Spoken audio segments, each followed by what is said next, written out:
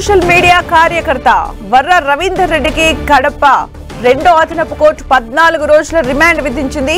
మంగళవారం అర్ధరాత్రి 2 గంటల సమయంలో వర్ర రవీందర్ రెడ్డిని న్యాయమూర్తి భార్గవి ముందు పోలీసులు హాజరుపరిచారు.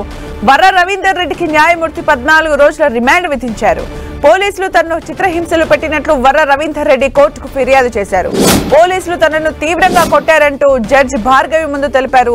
దీంతో వర్ర రవీందర్ రెడ్డికి మరోసారి వైద్య పరీక్షలు చేయించాలని పోలీసుల్ని జడ్జి భార్గవి ఆదేశించారు. ఈ నేపథ్యంలో కాసేపట్లో వర్ర రవీందర్ రెడ్డిని కడప రిమ్స్ కు తరలించారు. వైద్య పరీక్షల తర్వాత ఆయన కడప జైలుకు తరలించనున్నారు. మరోవైపు ఈ కేసులో social media convener Varra Ravindra Reddy వాంగ్మూలం సంచలనంగా మారింది. సోషల్ మీడియా పోస్టుల కేసులో ఎంపీ అవినాష్ పిఏ రాఘవకు ఉచ్చు బిగుస్తోంది. ఇప్పటికే పులివెందులలో రాఘవపై ఎస్సీ ఎస్టీ అట్రాసిటీ కేసు నమోదైంది. దీంతో రాఘవరెడ్డి అరెస్టుకు వర్ర రవీందర్ రెడ్డి వాంగ్మూలంతో లైన్ క్లియర్ అయినట్టు తెలుస్తోంది. వైఎస్ షర్మిల, వైఎస్ సునీత రెడ్డిలపై అసభ్యకర పోస్టుల్లో రాఘవరెడ్డి కీలకంగా మారారు. అటు కూటమి నేతల కుటుంబ సభ్యులపై అసభ్యకర పోస్టుల్లో సజ్జల భార్గవ్ ప్రధాన పాత్ర పోషించారు. ఈ కేసుల్లో పాత్రదారులు, సూత్రధారులపై పోలీసులు నిఘా పెంచారు.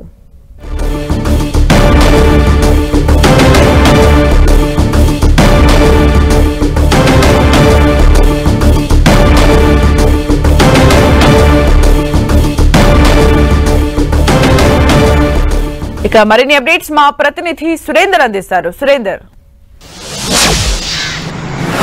సుమిత్ర, ఎన్నో మలుపులు నాటకీయ పరిణామాల నడుమ అరెస్ట్ అయినటువంటి వర్ర రవీంద్రారెడ్డి మరి కాసేపట్లో రిమ్స్ కు తరలించబోతున్నారు. మరోసారి వైద్య పరీక్షల అనంతరం నేరుగా కడప జైలుకు తరలించే క్రమం కొనసాగుతోంది. ఒకవైపు మరోవైపు వర్ర అరెస్టు తర్వాత ఇది ఏకంగా కొంతమంది పెద్దలకు ఇచ్చే అవకాశం కూడా స్పష్టంగా కనిపిస్తూ ఉంది. నిన్న డీఐజీ ప్రవీణ్ వ్యాఖ్యలను మనం ఒకసారి గమనిస్తే ఎంపీ పిఏ అవినాష్ రెడ్డి ఇందులో కీలకంగా వ్యవహరించాడు. ఎంపీ తనకు ఇచ్చినటువంటి సమాచారం మేరకే రాఘవ తనకు సమాచారం ఇవ్వడంతో నేను ఆ పోస్ట్ ఈ విషయంలో నాకున్నటువంటి పాత్రను వివరించడంతో పాటు తన వాంగ్మూలంలో చాలా క్లియర్ గా ఎంపీ పిఏ రాఘవ గురించి పదే పదే ప్రస్తావించాడు వర్ర రవీందర్ రెడ్డి. సో ఇప్పుడు వర్ర రవీందర్ రెడ్డితో పాటు అర్జున్ రెడ్డి అలాగే రాఘవరెడ్డి మీద పులివెందులో ఒక ఎస్టీ అట్రాసిటీ కేసు కూడా నమోదైంది. ఎందుకంటే సోషల్ మీడియా పోస్టుల్లో అసభ్యంగా పెట్టినటువంటి నేపథ్యంలో వాళ్ళని పిలిపించి అర్చక్రమంలో తనను కూలం పేరుతో దూషించారని చెప్పి ఒక వ్యక్తి ఇచ్చినటువంటి ఫిర్యాదు మేరకు ఎంపీ పిఏ రాఘవపై కేసు నమోదు చేశారు. ఈ కేసును కూడా ఇప్పుడు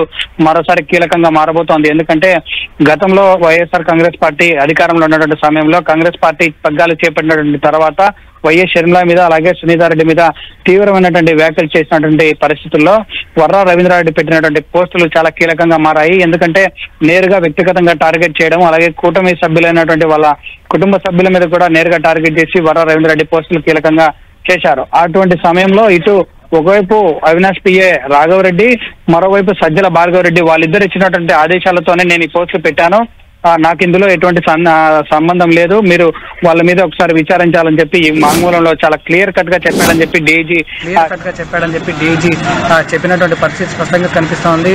సో ఈ వర్షాన్ని బట్టి మనం ఒకసారి గమనిస్తే డీజీ తప్పనిసరిగా ఎంపీ పిఏ రాఘవన్ అయితే ఇది ముందుగా అరెస్ట్ చేసే అవకాశాలు ఉన్నాయి. ఒక సునీతారెడ్డి ఇచ్చే ఫిర్యాదు కోసం వెయిట్ చేస్తా ఉన్నారు. ఇప్పుడు ప్రస్తుతానికి ఆల్రెడీ ఇప్పటికే హైదరాబాద్ లో అలాగే ముఖ్యమంత్రి చంద్రబాబు నాయుడును కూడా సునీతారెడ్డి కలిసిన నేపథ్యంలో అవినాష్ పిఏ రాఘవకి అయితే ఉచ్చు బిగించింది.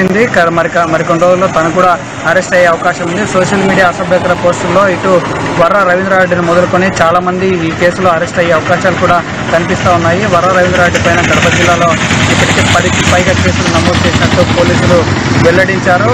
కాబట్టి ఇప్పటికే అప్స్కాన్లో ఉన్నటువంటి రాఘవ మీదనే నిఘా పెంచారు.